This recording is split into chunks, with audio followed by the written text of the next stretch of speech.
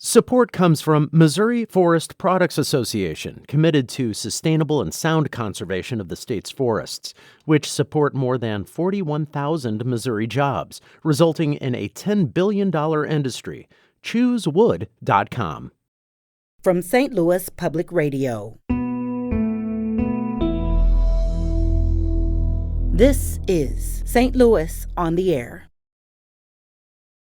So you say you took a little nap. Did you bring equipment with you on this? I had a small backpack with some of the basics. It did get pretty cold at night. I found a picnic table, and I had one of those warm foil blankets, and I covered up and was able to stay a little bit warm. I took about a half-hour nap at 4 to 4:30 a.m. before I got back on the road. 4 to 4:30 a.m. And this is after running how many miles at this point? I think I was at close to 50 or 55 right around then. It was really neat. I now know that Fast Eddie's is exactly a marathon from my house, the route that I took. So it's important to have that timed out. I appreciate that knowledge. Yeah. I'm Sarah Fensky. Last month, Mark Fingerhut left his home in the city's Dogtown neighborhood on an unusual quest. By day, he's a product manager for a local software company. But this was not work. Instead, he wanted to see how far his feet could take him over the course of 24 hours. He'd run, maybe he'd walk a bit when he got tired, but he'd just keep going all day, all night. Mark Fingerhut turned his quest into a challenge, the 24 Hours from Home Challenge, and he got 20 other St. Louisans to sign on for individual paths in just about every direction. It wasn't always pretty. It was at times downright exhausting, but now it's the subject of a really moving Riverfront Times cover story, and Mark Fingerhut joins us today to share about his experiences. So, Mark Fingerhut, welcome. Thank you, Sarah. Thanks for having me. So, Mark, I gotta say, running or walking for 24 hours in a given direction, it sounds pretty crazy. What got you thinking about putting together this challenge? I'd probably say boredom more than anything else. Just being at home quite a bit during the pandemic, of course, and just itching to find an adventure, to be able to get outside and just do something. I think the idea just kind of came from boredom initially, and then a culmination of some other similar adventures that our group has kind of done in the past. So your group, we should mention you are part of this group called the Hash House Harriers. For people who don't know about this, what do you do within that group? We run a little bit. We socialize a lot. We enjoy some beverages, sometimes before, during, and after the run as well. So it's a great little group. It's a global community worldwide. Pretty much every city throughout the world has these groups, and St. Louis's community is fantastic. And we run at least a couple times a week in various locations throughout the city, and it's always a fun challenge, fun adventure to get out and see these different places. And in some cases, you're drinking beer before you run. That's the idea? Absolutely. That is how we enjoy ourselves and keep it interesting. So this is definitely different than your high school track club. I mean, it sounds like you have an attitude towards running where you're really enjoying it. There's kind of, it's less about trying to set a time and more about having an adventure. Absolutely. And I think the like-minded folks in our hashing community are kind of that same mind. We do have some, really competitive runners, but for the most part, it's just people who enjoy getting out and enjoying each other's company and exploring new areas and just having fun out there and not trying to kill yourself running too fast. So boredom led you to turn this sort of regular running into something where you'd have this particular challenge. What made you think that March would be a good time to do this and set out in 24 hours? Well, I think the uniqueness of the St. Louis weather was another challenge, another part of this challenge, because, you're lifelong St. Louis resident, you don't know if the weather is going to be 80 degrees or snowing in certain months in spring or in the fall. So doing it in the heat of the summer, may be more reliable weather, but it's also not great for runners to be out in super hot weather or likewise super cold in the winter. So I think March was a perfect time. So you thought you'd kind of roll the dice. This could be really good weather, could be really bad weather. You're leaving it up to God. Yeah, and that's part of the challenge for people to plan around the weather as well. Mm-hmm. So you knew that you had these designated dates picked out, and you picked them out before you had the weather forecast. Were there any other rules going into this thing? The only other rule really was you're not allowed to travel via any modes of transport other than your own 2 feet. So, I told people you can't get in a car, you can't get on a train, no bikes, no boats. Other than a ferry crossing, I made an exception to be able to cross a river on a ferry. That was doable. But other than that, it's just up to everyone to kind of come up with their own route, their own logistics, planning. Everything about it was really up to the individual challengers. So pretty open-ended. What kind of reaction did you get when you posed this to the people you know? I imagine the Hash House Harriers were among the people that you posed it to.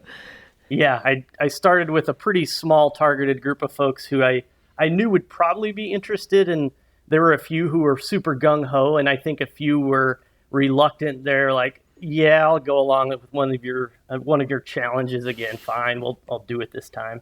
And it turned out great. The community who joined this challenge for the first time was a huge range of people, super competitive runners and great runners, all the way down to some of our pub crawlers who went along with it. So that was the beautiful part of it, was the range of skills and the range of people we had take part in this. So there were 21 of you total that ultimately signed on for this. Was there ever any discussion about doing it together rather than having 21-ish individual adventures?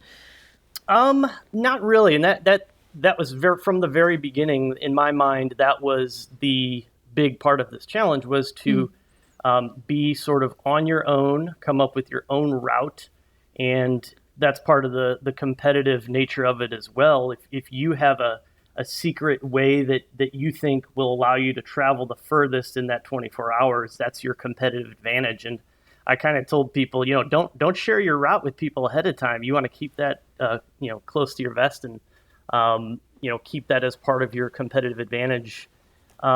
As it turned out, we did allow people to team up in pairs. Mm-hmm. And I thought that was a good, change to make, so that people are more comfortable with running with somebody else, traveling with somebody else, rather than having to do it on their own. Mm-hmm. So we did have a couple pairs who took part in this as well. That makes sense. That's a little bit of a safety aspect there. Mm-hmm. You can have somebody if you want somebody. But so the idea really was not just to say, let's all see what we can do, but there would be a winner at the end of this thing. Yeah, and I didn't make this out to be super overly competitive. I knew that there were likely going to be folks who traveled much further than some of the others, and some of the others, they knew up front they were going to go a set number of miles and call it a day, and that was perfect. For some of the more outgoing runners and some pretty good runners, I knew that they would probably travel the full 24 hours, and they may be hitting upwards of 70, 80, maybe even 100 miles. So there wasn't a big incentive. I had a couple bottles of bourbon to give the winners. So that was really the only prize. So it wasn't overly competitive. Okay. But hey, a couple bottles of bourbon. I mean, when you're at your 70th mile and trying to decide whether to make it to 71, why not? Bourbon Absolutely. At the end. Well, so we get to the week heading up to the chosen date. And the weather, in my opinion, was not particularly conducive to what you ended up doing. Did you freak out looking at this forecast?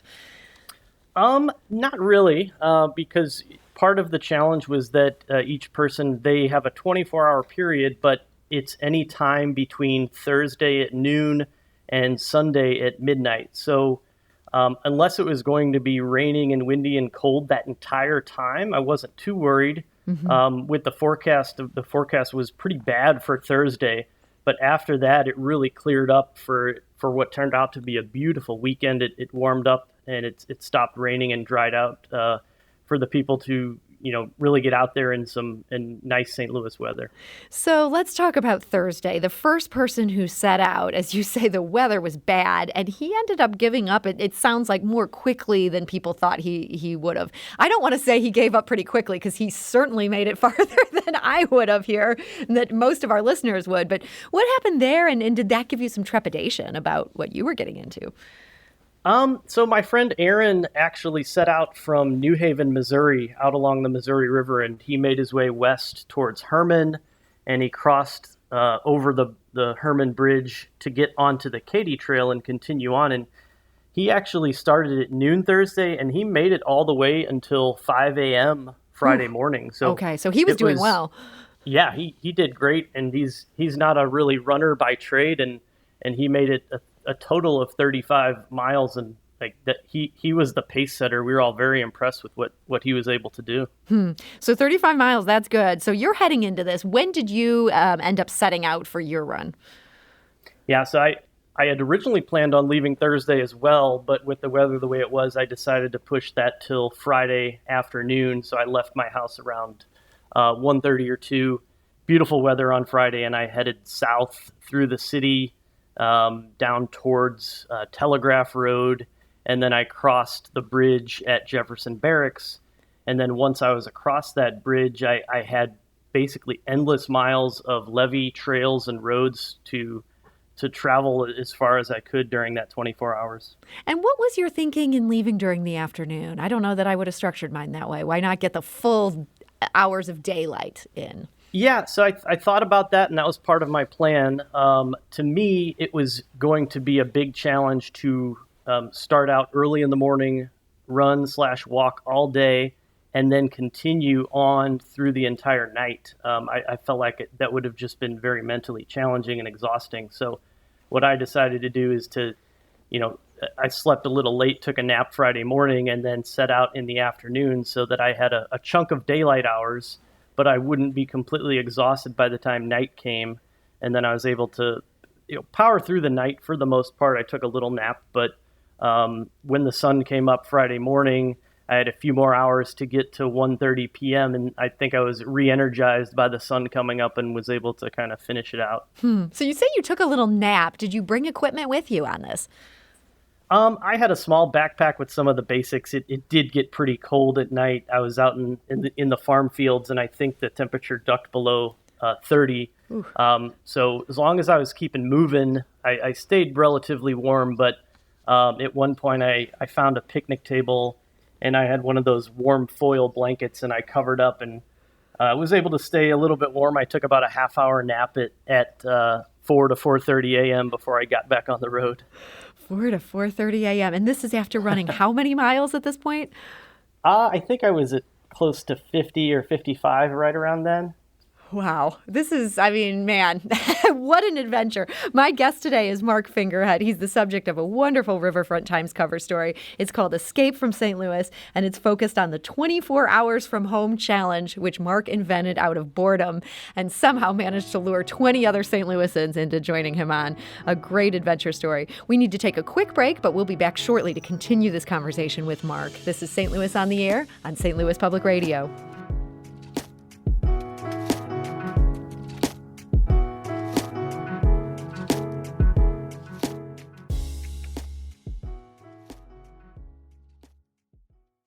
Support comes from the Missouri Forest Products Association. Missouri produces wood pallets, railroad ties, white oak barrels, hardwood floors, and more. Details on the variety of products made in the state are at choosewood.com. And now back to our conversation. Our guest today is Mark Fingerhut. Last month, he issued the 24 Hours from Home Challenge, encouraging people to walk or run from their house and see who could get the farthest. 20 people signed on. Mark was among them, doing this himself. Mark, you went overnight. An interesting wrinkle here, and that is that you appear to be in contact with the Riverfront Times editor. That's Doyle Murphy, who wrote the piece, while you were doing this run. He actually visited you after dark along the road. There's a photo of you there. Was that an important thing as you were trying to get through the night and not give up, that you knew there was a journalist there to keep an eye on what you were up to? Probably not. It wasn't a big factor. I wanted to make it the whole 24 hours regardless, but it was great having Doyle come out.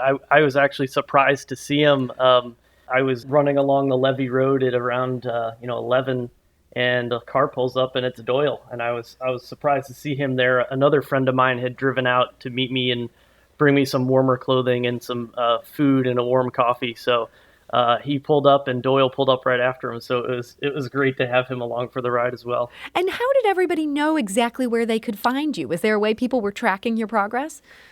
Yeah, so that, I wanted to have, full use of technology as part of this, and technology's come so far in terms of racing and navigation and so forth. So each person who is on the challenge had tracking turned on their phones, and so my wife helped out. She sat back at the house and tracked everyone on the map and just saw where they're at, and she kind of making sure everyone was safe, and if they had any issues, they could contact her and things like that. But yeah, we had everyone track themselves the entire time and kind of report back their pace as well, and also to double check to make sure nobody's jumping in a car. It's good to hold people accountable. I mean, if people can do this in an organized marathon, I'm sure they could do this for what you're doing. Did you have anyone who hit some level of discomfort or danger where they had to be sort of unexpectedly bailed out on this strategy your wife was involved with?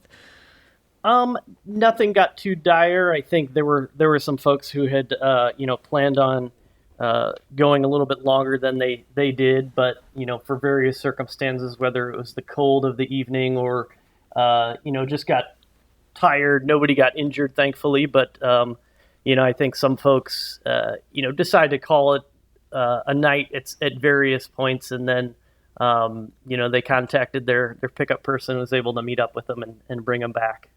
So I actually want to go to the phone lines. We have another voice here to join the conversation. This is somebody else who participated in this challenge, and we're so glad she's here to join us today. This is Rosemary LaRocca. Rosemary, hi, you're on St. Louis on the Air. Hi, Disco. How's it going? Is that your nickname, Mark? Disco? It is, yes. We won't get into that on the air, but Rosemary, we're so glad you could join us. Was it hard for Mark to talk you into this crazy challenge? No, this is by far one of just many crazy challenges or adventures we've all been on. So he started talking about it. He involved me in the discussions this winter, and I didn't need my arm twisted at all. I understand you have a history of, again, what I would personally characterize as crazy levels of endurance here. You've done multiple ultra marathons. What's the key to keep going, even, as we're talking about overnight conditions, to get up to 100 miles, which I understand you've done? I think just having small goals is usually a good thing. Getting through the next song or making it to the next tree is a good way of just kind of taking it in smaller chunks. Mark, is that something you identify with as you're pushing on? Yeah, absolutely. And I think with technology, it's just in the last year or two, I've started using like a fitness watch, and you can watch the miles kind of go by on that watch. And for me, that's kind of a mental thing. It's just to see the numbers keep going up and up and up. That's kind of a good motivator as well. So Rosemary, tell us what you did for this one. You did a much different route than Mark. Yeah, so my partner, Andy, he immediately started looking at routes once we talked about this, and he thought my most efficient path would to go north from our house into Illinois, because as soon as you hit that farmland, you can just go straight for quite a distance. So got to run in 2 states. That was fun, too. And you say running through farmland, I imagine no sidewalks. Was that a little bit trepidatious? Sure. Usually during my runs, the safety measures are about trying not to trip over roots or fall off a cliff. But this was more don't get hit by cars. Shoulders are much smaller than you think they are, too, when you're running or walking on them rather than driving by them. Yeah, I mean, that sounds potentially scary. Were there ever any points where you're like, man, this trucker is going to have to get out of my way or I'm in trouble here? Yeah, once it got dark, I had a lot of reflective lights and stuff all over me. But I think that did distract some drivers, too. They would kind of drive close to me to see what the situation was that was on the road.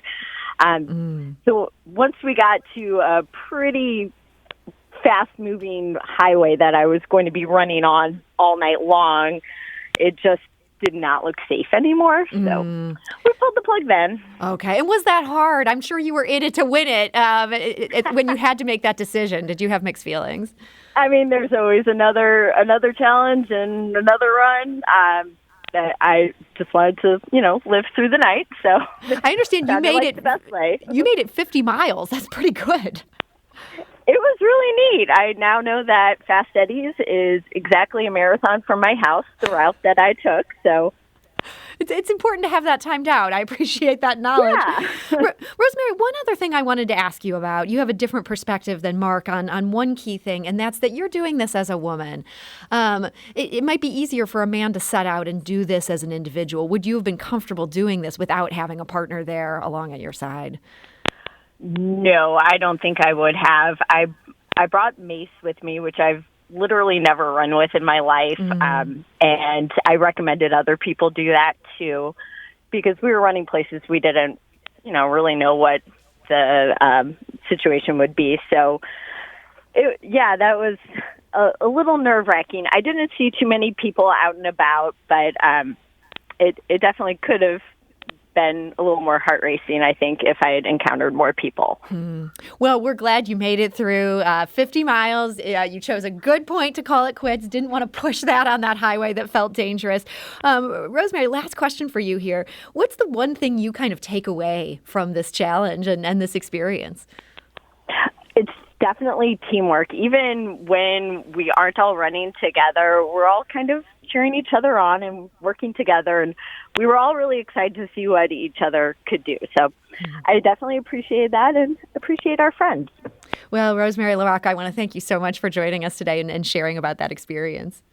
Thank you. And Rosemary is actually on the cover of the Riverfront Times. This is Escape from St. Louis. You can see her escaping from St. Louis, running to Illinois. It's a great action shot. Mark, hearing about that situation there where she's on a highway and it just felt like, I don't know that I can do this. What were some of the other harrowing experiences that participants reported? So we had quite a few people choose to run on the Katy Trail. And so for some of those folks, that meant running through the city to get out to the Katy Trail near Chesterfield. And one of the groups was running, I think it was around 9 or 10 at night along the Katy Trail. And they heard the growl of a large cat. I don't know whether it was a mountain lion or a cougar or something. I don't know what it was, but they looked up and saw the glowing eyes. And so they got a little nervous and they ran 4 more miles to get out of danger. And then they called it a challenge there as well. So that was a pretty wild experience with wildlife. Yeah, wow. I mean, Rosemary was saying that the teamwork can keep you going. It seems like also fear for your life could keep you going. Yes, exactly. What about for you? What was the most harrowing part of your journey? Definitely crossing the Jefferson Barracks Bridge. I knew that was going to be a challenging part of my route, but once I did that, I would be home free with very little traffic and just wide open flat spaces. But getting across a bridge, there's no pedestrian lane, there's no bike lane. So for about a mile, I had to run along the shoulder with cars speeding by next to me and looking down to my right to see the churning Mississippi River. So I ran as fast as I possibly could for that stretch, and as soon as I was across the bridge, just kind of jumped over the guardrail and exhaled a little bit. Yeah, well, we're glad you made it over. And then you kept running after that. You ran for quite some time. You made it 74 miles. When did you realize, you know what, this is the final mile? Well, I had gotten close to my 24-hour expiration time, and I certainly didn't want to quit before that 24 hours was up. And my wife, Sarah, came, and she was going to pick me up wherever I was at 1:30 at the 24-hour mark, and she pulled up around 1:15-ish, and she's like, "Do you want to get in?" I was like, "You know what? I'm gonna go this last 15 minutes just to see how far I can go." And so once I hit 1:30, I hopped in the car and pretty much went to sleep right away. Wow. So you made it all 24 hours. Was that moment where she pulls up in the car, was that the most tempting moment of your life to just stop running? Yeah, a little bit. She had some cool drinks waiting for me, and and it was pretty warm during the day. So I was like, I really wanted to push that last 15 minutes of almost limping at that point just to hit the finish line. I was going to say, at that point, you could not have been still running. Was it technically a run? It was a walk. Yeah, I ran probably the first, 5-6 hours kind of running off and on. But then certainly the second half of my 24 hours was a lot more walking than running. So the person who made it the farthest on this ended up making it 80 miles. You were very close to being the winner of this, but 80 miles, that takes the cake. What route, how far did this person get? So my friend Adam ran from his house in Tower Grove, and he went out to the Katy Trail and picked up the Katy Trail near St. Charles, and then he headed west, and he eventually made it all the way to Herman. And the reason why he chose Herman as his destination was he was doing this completely self-supported. He had all the gear and food in a small backpack, and he needed to get to Herman so he could get the Amtrak to come back to St. Louis at noon. So he told me that he was about 40 miles from Herman and started doing the math, and he realized he really needed to pick it up if he wanted to get to his train in time. And he did make it to Herman with about 10 minutes to spare before he had to jump on the train to go back home. So he had to keep moving in those final miles. This was not something where he could stagger across the finish. That's right. Yeah. Well, it sounds like he deserves the bourbon. Yes. Very congratulations on that. Bigger picture, though. I mean, it's been fascinating hearing about all these details and just this idea of to keep going when you feel like you have nothing left. But even beyond that, you were inspired in this adventure by the British explorer Alastair Humphreys and his concept of the micro-adventure. What was his idea there? Basically is that you don't need to travel very far or go far away from home to find adventure and to find interesting things. He's all about just going out for a day and exploring something that's near your house. Just setting a goal, setting a challenge, walk every street in your neighborhood or walk around the entire beltway of your city. Find a hill and go and set up a tent and just camp there overnight. So to me, it's all about recognizing the things around you as not just your everyday scenes, your everyday occurrences, but to see the possibilities and the possibilities for adventure in your surroundings. And do you feel like the challenge did that for you and did that for the other 20 people? Yeah, I think so for sure. It's one of the very cool things about this challenge was people did spend a lot of time planning ahead of time, where if this was a normal marathon, you're not thinking about the course too much. You already know where you're going to go. So a lot of time spent by people researching their routes, figuring out what's going to be the best way to go, the most interesting or the most direct and the most safe, obviously. So just another fun planning aspect of this. So do you think you'd ever do this challenge again, or do you think it's on to a new micro adventure the next time you're feeling that same boredom? Yeah, so I've gotten so many inquiries from people, friends or strangers have been reaching out saying, this is awesome. I'm definitely in when you do this for the next time. And honestly, to me, this was going into this was a one-time thing. This is a unique thing to do during a pandemic when you need to keep spaced out from everyone else. But, with the popular demand, I think we're going to try to do this again. And me personally, I'm going to be behind the computer tracking people on the map. I don't think I'll be the one out there doing the 24 hours next time. You feel like you got this out of your system. Exactly. Well, Mark Fingerhut, it's just been great to hear about this micro adventure, and I doubt mine is going to involve what yours involved, but you have inspired me to go on one myself. So I want to thank you for that, and thank you for joining us today. Excellent. I'll invite you out to the next one. Oh, boy. The gauntlet has been thrown. Yes. Thank you, Mark, I think. No problem. Thank you. St. Louis on the Air is a production of St. Louis Public Radio. Understanding starts here.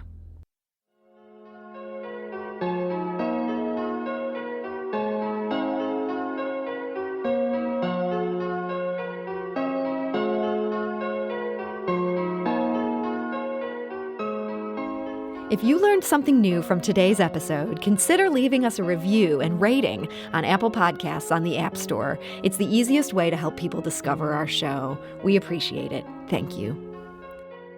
St. Louis Public Radio is a member-supported service of the University of Missouri St. Louis.